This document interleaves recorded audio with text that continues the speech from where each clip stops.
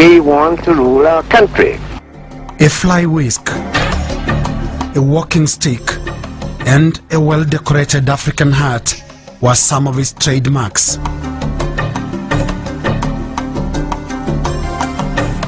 The man of average height kept a bushy beard and tidily brushed his long, kinky hair backwards. Yet he was many things. A former carpenter,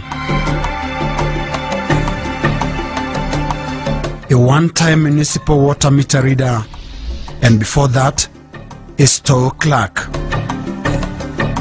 This is part of the profile of Kamau wa Muigai, who later became Johnson Kamau, and more consequentially, Mzee Jomo Kenyatta. Brothers, I think I have spoken enough in this language. It is not my wish that I should be speaking to you in a foreign, and for that matter, in colonialistic language. And you, Mzee, had very strong eyes.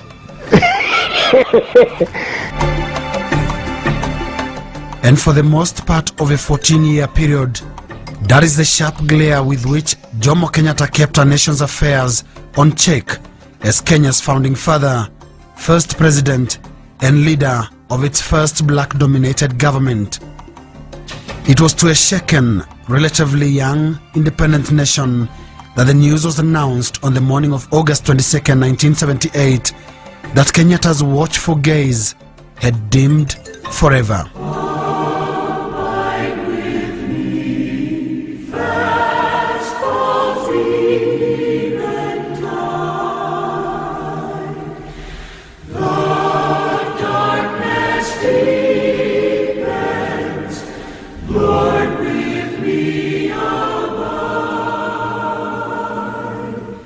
That particular day, early in the morning, I got communication from Mombasa that Mzee is no longer with us. I had gone to the post office to check my early mail. Now, outside the post office where I had parked my car, somebody came and wrote a small chit and put it on my wipers of the car and said in Kikuyu, it goes, the fig tree has fallen in Mombasa. Mogumo is fig tree. To me, it was just a guesswork. I said, Mogumo? And I remembered the Mogumo in Kikuyu, when we talk about Mogumo falling in Mombasa, this must be something to do with Jomo. The 21st of August 1978, I rang him because I wanted to see him. Then I was told he's meeting with the ambassadors, but I told them to ask him to ring me when he comes.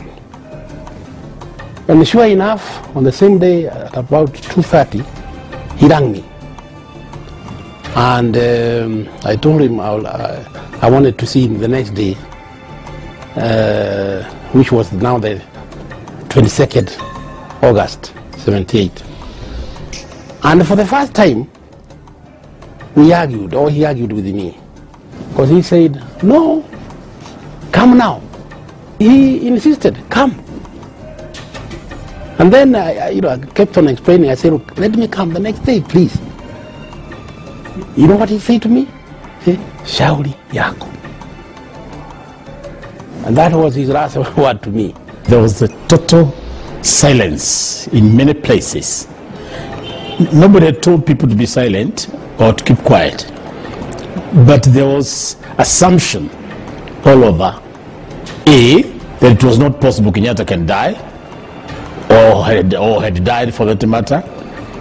They thought it was a taboo to talk about the old man dying. So even if you told people that has happened, they didn't want to listen, and those who listened didn't want to respond. Kenyatta's death was our way out of into freedom, out of prison into freedom. And you can't imagine how happy we felt when we got the news that he had died.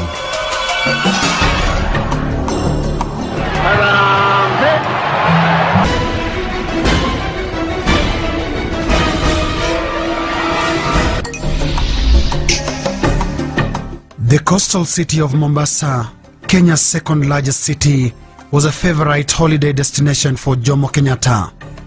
Countless times he retreated to this city on what the official presidential press service often inaccurately referred to as a working holiday.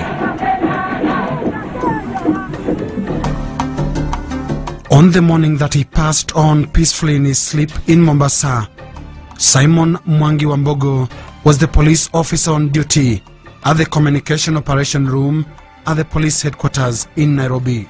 I got another call from Mombasa, either from Maheu or from Matthew. And this one required me to dispatch one Air Force Caribou. And that should be flown by none other but the Air Force commander, Kanogi Churu then. We were connected with Churu with a radio telephone to his house. So I also called him.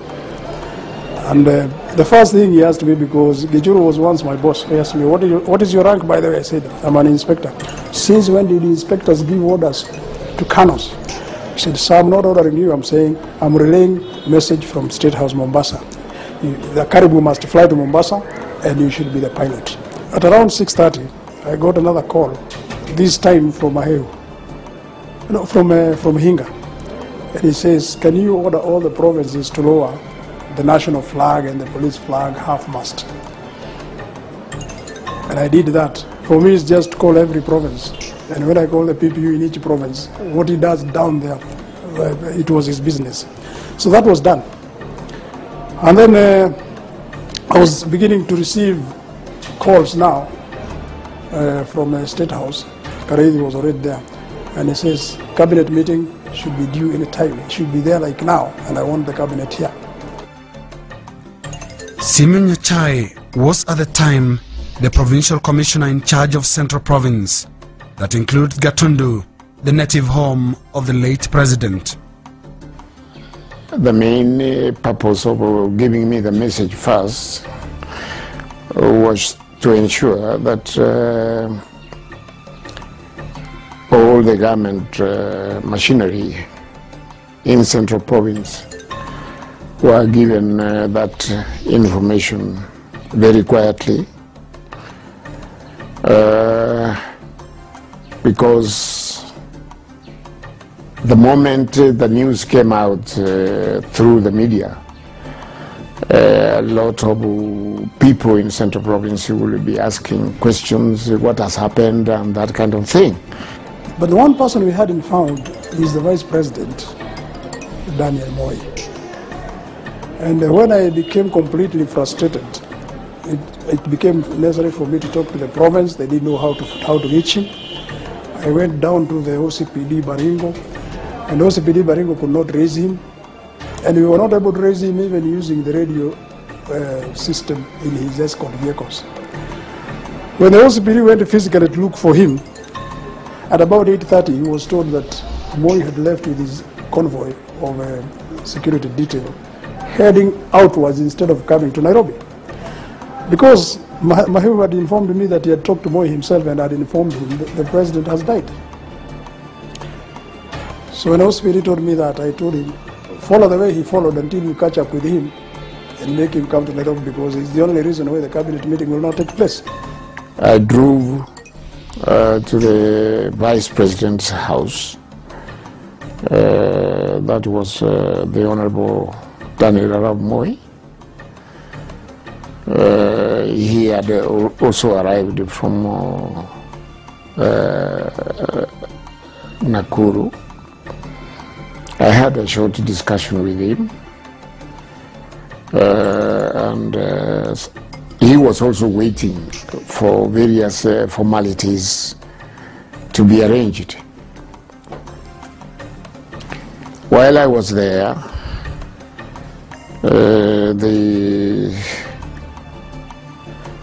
the commandant of the GSU came with, I think, almost a platoon of his people, and put up the tents around the home of the Vice President.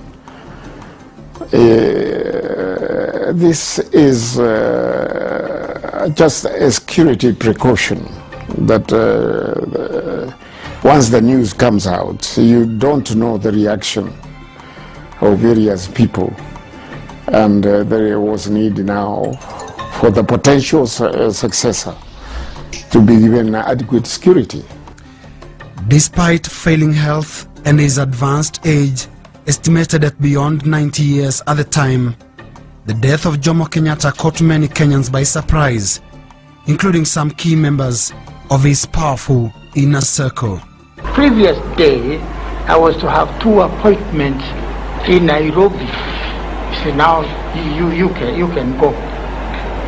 And then before I go, he was asking Mama Ngina, who is going to tell him to come and conduct those dances and songs to attend for me. But Mama Ngina told him that you have given Koinange permission to go over there.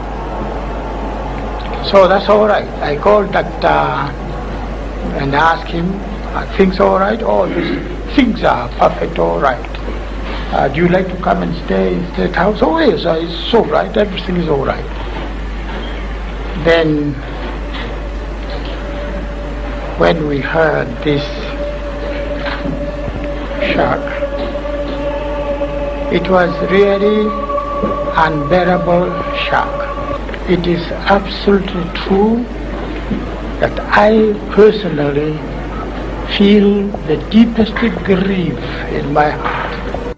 For valid reasons, curious glances were directed at Kenyatta's inner circle, and subsequently, the mourning of Kenyatta's death went hand in hand with the anxiety over his impending succession. The last stages of Kenyatta's rule had been characterized by a vicious backroom jostling for political power, a scramble that sometimes spilled out into the open through various forms, the most prominent of all being the Change the Constitution movement, fronted by leaders of the then powerful tribal alliance, GEMA, the acronym for the Gikuyu, Embu and Meru Association. Njenga Karume was both GEMA chairman and member of the Change the Constitution movement. Mimi nilipoona hii niliona katiba vile inasema, hata tukazungumza tukiwa Ulaya kwa Geneva na Keheka, nikamwambia unajua katiba inasema nini? Nikamwambia katiba, mimi nilikuwa naona sasa katiba ya nchi kama hii kusimamiwa na mtu mmoja kama Njenga Karume au mwingine, hadi president akifa au pengine awe mmoja hawezi kufanya kazi, automatic for 90 days vice president is the acting president. Akiwa hata sio Moi, akiwa ni mtu baya kabisa wa kuharibu nchi, si ataharibu. Ndio tulikuwa tunasema hii katiba to change, to amend. Well, one of the things that I did first of all is to kill it by saying any threat to the life of the president, or imagine that the president is sick or is going to die, that's treason. Hata nilimuuliza Jojo, tulikutana State House, nikamuuliza, akanibeba na gari yake tukienda town, nikamuuliza nishauri hii treason, nasema tustakiwe na treason ni mahali gani? Tumesema tunataka kupindua serikali au kufanya ni mahali gani? Kaniambia katiba, si unajua kulingana na katiba, according to the law, imagine, hata kuimagine kifo cha president, hiyo ni treason. Nikamwambia sisi tumeimagine wapi? Akaniambia miaka hii yote wakati Kenyatta alikuwa na kubusa ugani ya Mungu fikiria kuchange katiba. Sasa mnaona sasa anakuwa mgoja ndio mnaanza hiyo ni fikira zenu ndio mtaenda treason ya hiyo kwanza, imagination hiyo yetu. Kwa hivyo hiyo mzee Jojo alitutisha na unajua Kenyatta angekubali tustakiwe.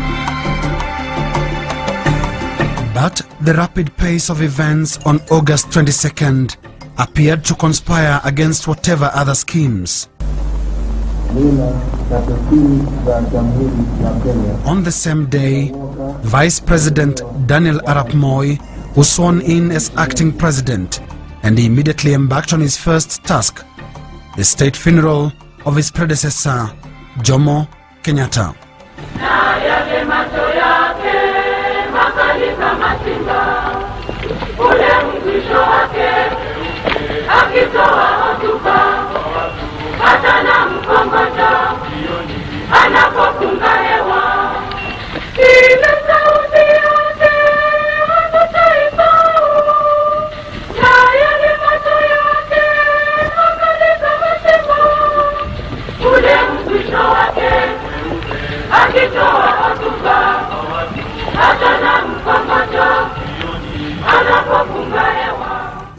My dear friends and fellow Wananchi, what fitting tribute can we pay the man who was a father to us all?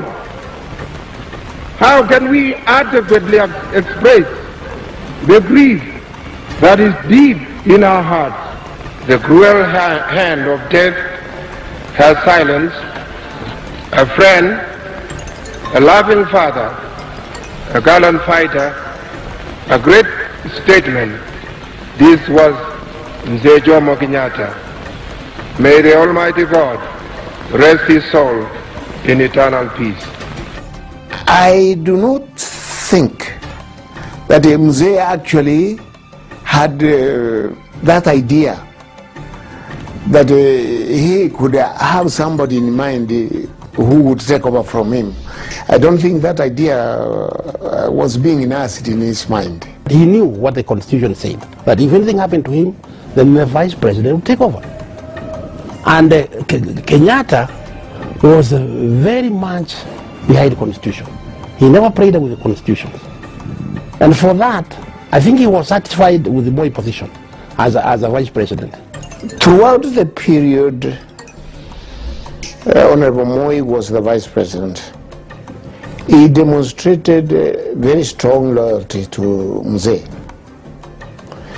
And he carried out what he expected Mzee would want him to do. So he was quite loyal, and Mzee trusted him.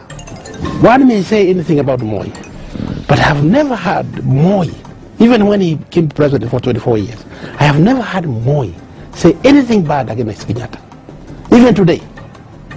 So that loyalty, I think Moi's mind is that Kenyatta is somewhere in Gatumbi, and he respects him as his boss.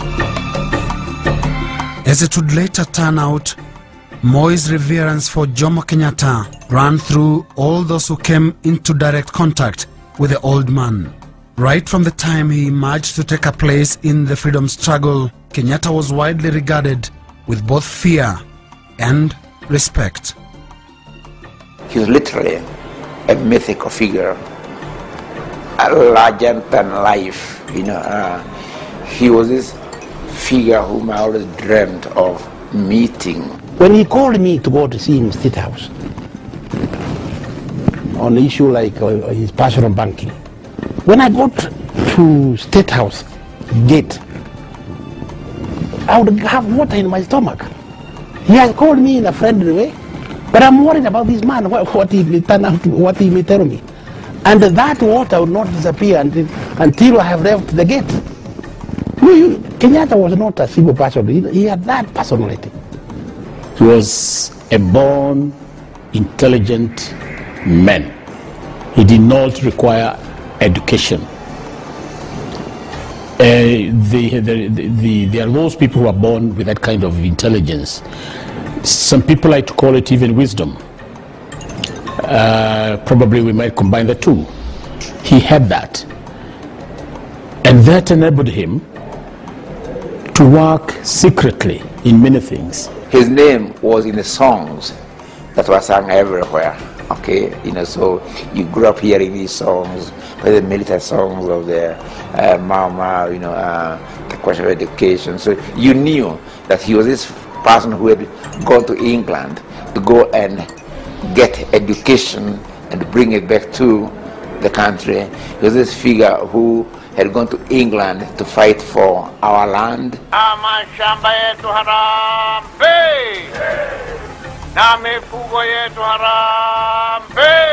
As president for 14 years, The image of Jomo Kenyatta was that of a towering yet relaxed figure, a man totally in charge but fully at ease with the system he headed. It is a style that was evidently popular among those who served under him, including current President Mwai Kibaki, Kenyatta's one-time finance minister. I have at many times remembered a time when soon after independence of this country, those of us that were given responsibility in various departments by the founder of this nation, Mzee Jomo Kenyatta, whom we all of us remember very fondly. Because when he gave you a job, you got a job. And there was no interference, and he would not keep ringing your juniors at night. And he would not doubt that you are doing what he gave you to do. Mzee had what I would call in his own mind a system of command.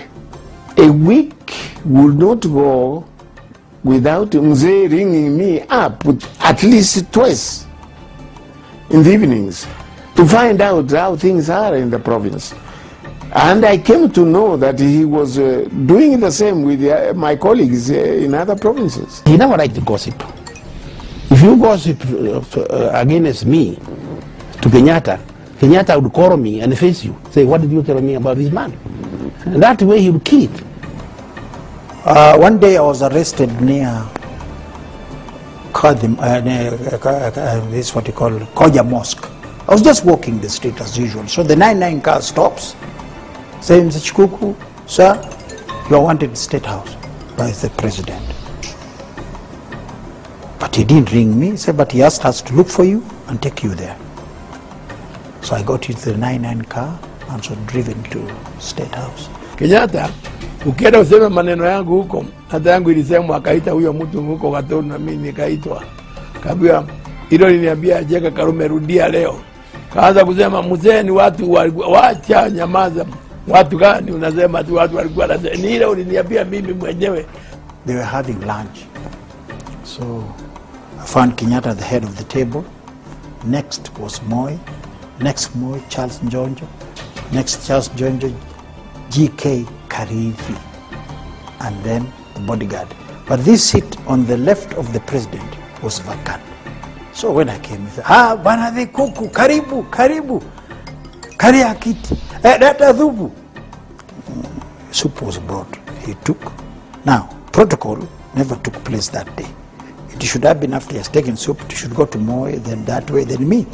He took the thing like, karibu, kunywa thubu, unapata nguvu.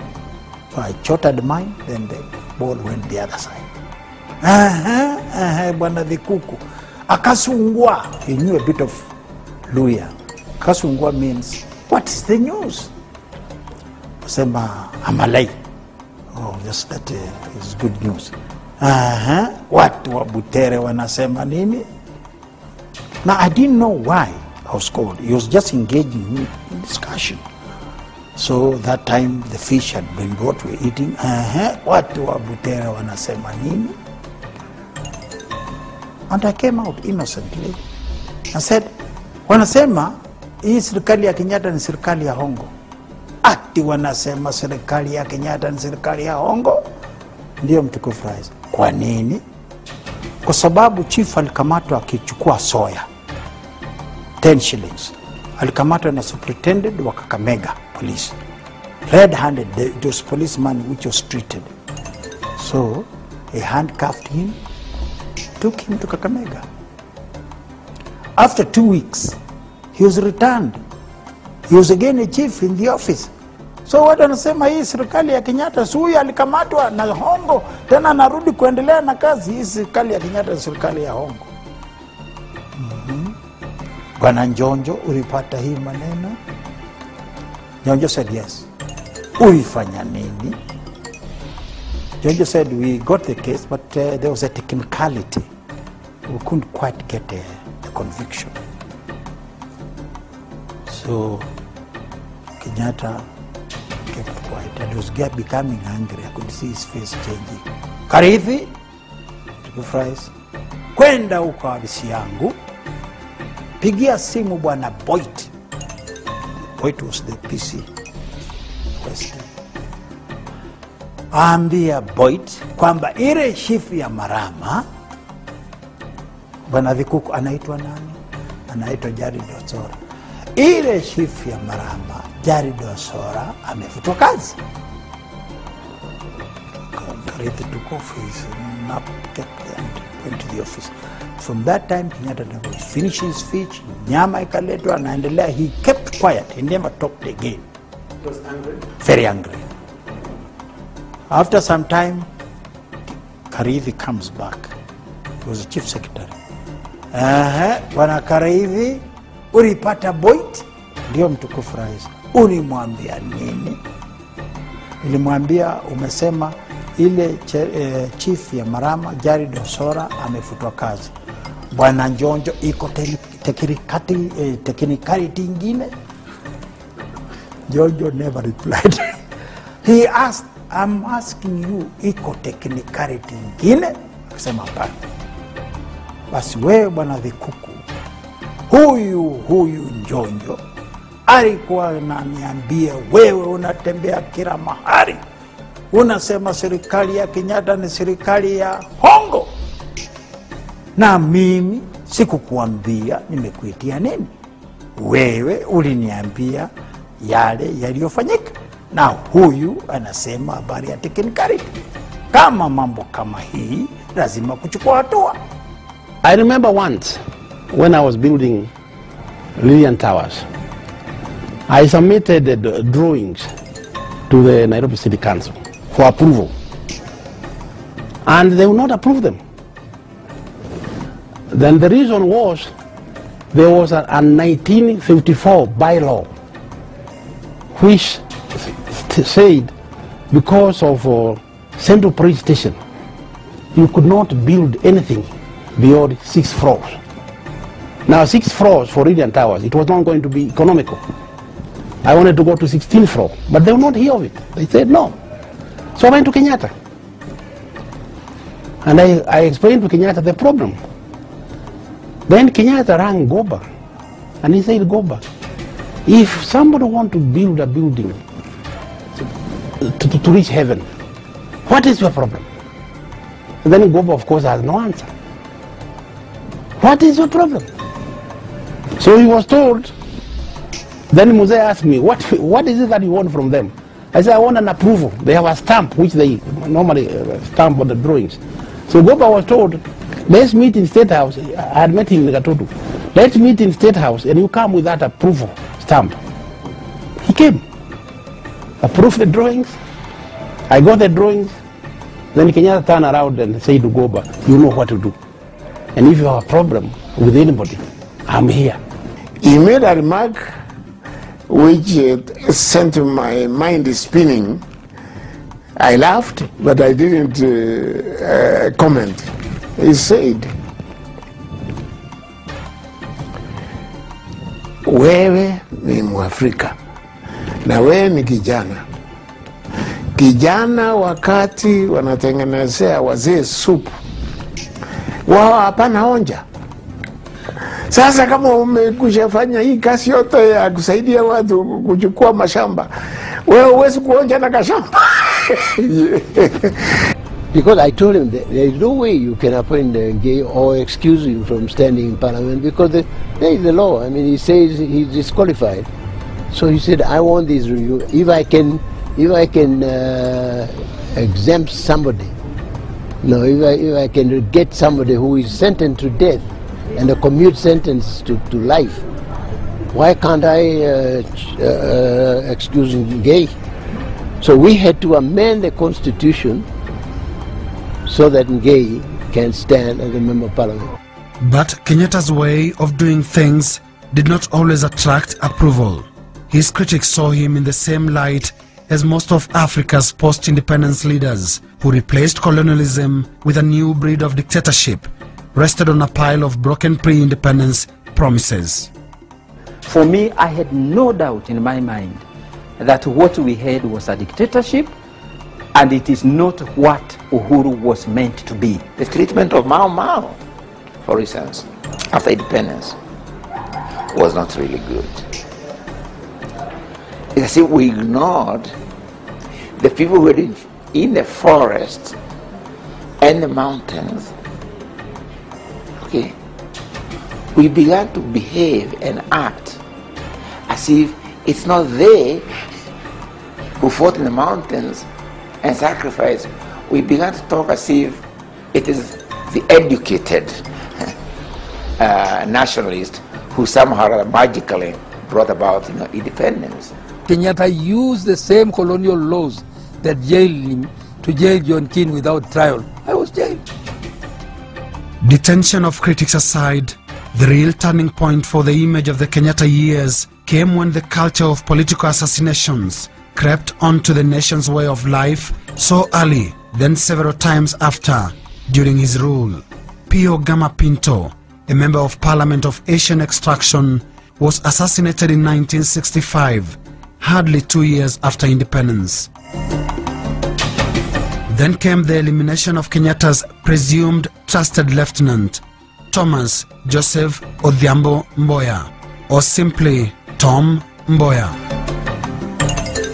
Mboya was gunned down in broad daylight on Nairobi's Moi Avenue as he walked out of a chemist. Mboya's convicted killer, Nahashon Isaac Njenga Njoroge, famously asked, "Why don't you go for the big man?" To this day, the jury is still out on who the big man in reference was. How can you interpret the big man? Because there are so many big men, and you might go up the staircase and somebody say, no, there's a bigger man there. And everybody will be saying that same. There was no way of stopping Tom from ever becoming the president of this country. And the only way to stop him, instead of thanking him, they gave him 3 bullets in his chest at lunchtime to get rid of him. Mboya was not afraid to Kenyatta. He was not afraid to Kenyatta. He was very loyal to Kenyatta. He was working for Kenyatta. And at no time, in my view, did Mboya try to undermine Kenyatta.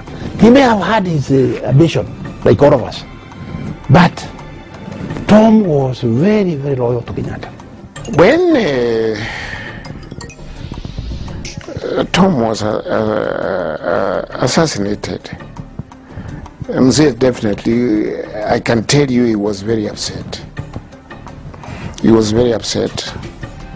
And these are some of things he never really wanted to see in this country. Mzee had a philosophy that if you disagree with me, let us argue it out. He used to use a phrase, "Wanaume ni kuonana." I remember that phrase. Mboya's assassination immediately poisoned ethnic relations between the Luo tribe and President Kenyatta's Kikuyu community. Resentment among the Luos ended in street battles with the police as frustration mounted over the killing of one of Kenya's most gifted political leaders. And it was only a matter of time before the assassination rattled one of Kenya's most stabilizing political friendships, that of Jomo Kenyatta and Jaramogi Oginga Odinga. 3 months after the assassination of Tom Mboya, a visit to Kisumu by President Kenyatta ended in violence, death, and an ugly verbal exchange between Kenyatta and Oginga. Mimi ningesema kama si heshima ya urafiki wetu na wewe Odinga, mimi ningesema tia nguvuni leo. Waangalie ni nani anatoa nchi hii, kama ni KANU au ni vinyangarika wengine wanatawala nchi hii. Lakini mimi nasema kwamba kama hawa watu wako wachafu, kama wakitoa nyokonyoko, sisi tutawaonyesha kwamba Kenya iko na serikali yake. Sababu hata ndugu yangu mwenyewe, kile nilikupenda wewe, sikumpenda ndugu yangu kama I only saw him upset one time when we had that incident in Kisumu. He expressed his unhappiness in a very strong language in Kisumu, where the incident took place. After that, Mzee never talked about it again. No. He had a very soft heart for Jaramogi. Not at the expenses of Boya, but they were like his children. Up to the time Mzee passed on, I never heard him say anything adverse about Jaramogi. Seeing them with Odinga and the way they were interacting, it was very, very powerful, for me. So I was actually very sad when they fell out, years later. The Kisumu incident in 1969 virtually ended the Kenyatta-Odinga warm relations.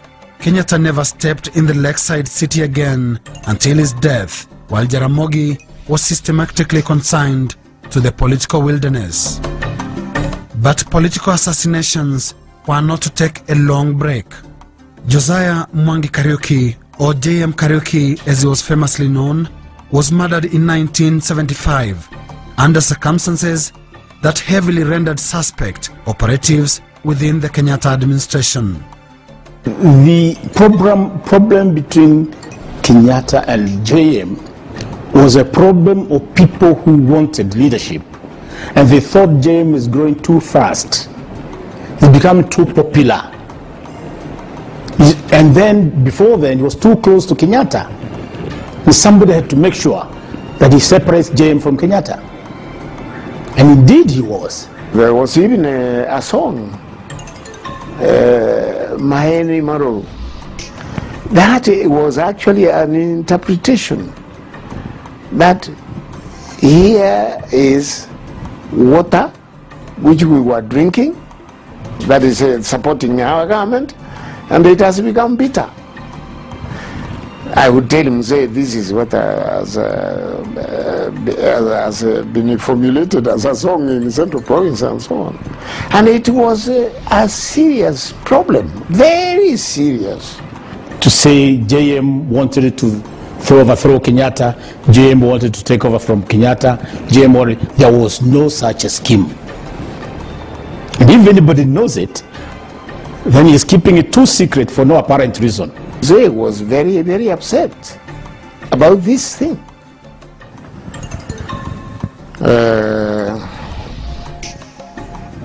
And even his responses to my briefing, you could see that Mzee is very upset as to why this could have been done. Was treated as Mzee's son. He would get to Gatundu without security checking, he would get to State House without security checking. But just in the same way he reacted during Tom Mboya's assassination, Kenyatta decided to tough things out, taking it a level higher by calmly inspecting an impromptu military parade and guard of honor mounted along present-day Moi Avenue in city center Nairobi. I think on the advice of the national security, they organized a guard of honor simply to demonstrate that the government is still in charge. That was all. Kenyatta would not be shaken by anything. He was himself. It didn't matter what happened. The life would have to go on. And he took decisions. And when he took decisions, he had a saying, he could not reverse himself. If he make a mistake, he had to live with it. His legendary firmness was perhaps best illustrated by the almost expressionless face he occasionally wore alongside that deep and fierce gaze at sights beyond the horizon. But there were other unspoken yet visible symbols of Kenyatta's political power. The bakora, or walking stick, that as legend has it often came in handy, and the heavy leather jackets that clearly constituted his favorite wardrobe. Kenyatta's bakora was like a handkerchief. How do you go without a handkerchief, even if you have no fever? You need it for rubbing sweat or something else. And this bakora, people misconceived the purpose of it being with Kenyatta all along. I have no information from any direct quarter that Mzee at one time actually alikimbisha mtu au aliresi fimbo apige mtu. But behind the mask of Kenyatta's political toughness was a fun-loving, free spirit with an insatiable appetite for traditional dances.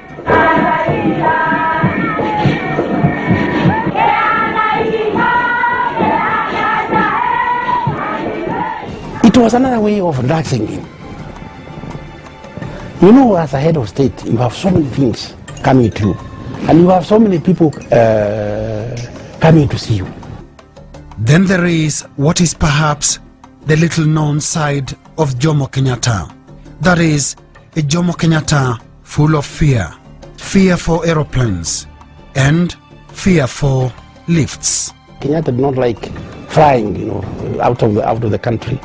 If he went out of the country, it was either by ship or on the road. Kenyatta also did not like going by lift.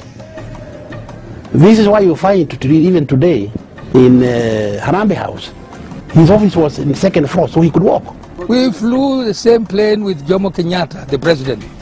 He said to me, I was almost his errand boy, and the moment turbulence, Kenyatta freezes to death. Menamwambia mzee hii kitu tutafika land hapana jali. Again another turbulence, the man just goes gone completely.